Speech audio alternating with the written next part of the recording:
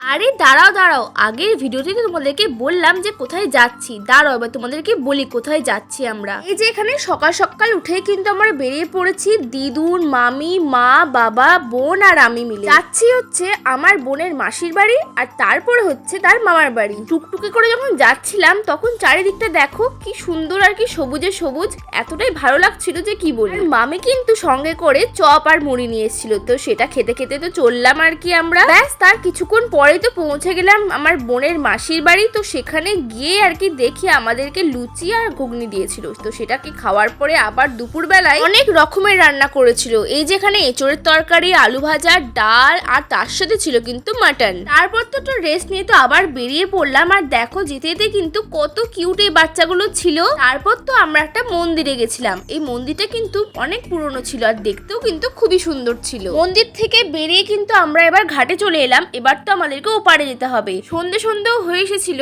আর চারিদিকটা দেখো কতটা আর কি সুন্দর লাগছিল দেখতে। যাই হোক, তারপরে সন্ধ্যাবেলা তো মামি আবার আমাদেরকে সবাইকে নিয়ে গেল এই যে খাওয়া দাওয়া করতে। একটু সাথে ছিল কিন্তু গরম গরম মাটির ভাঁড়ের চা। এই তো ছোট্ট করে আমাদের ঘোরা হয়ে গেল। তো এই ভিডিওটা এইটুকুই, তো আজকের মতো টাটা।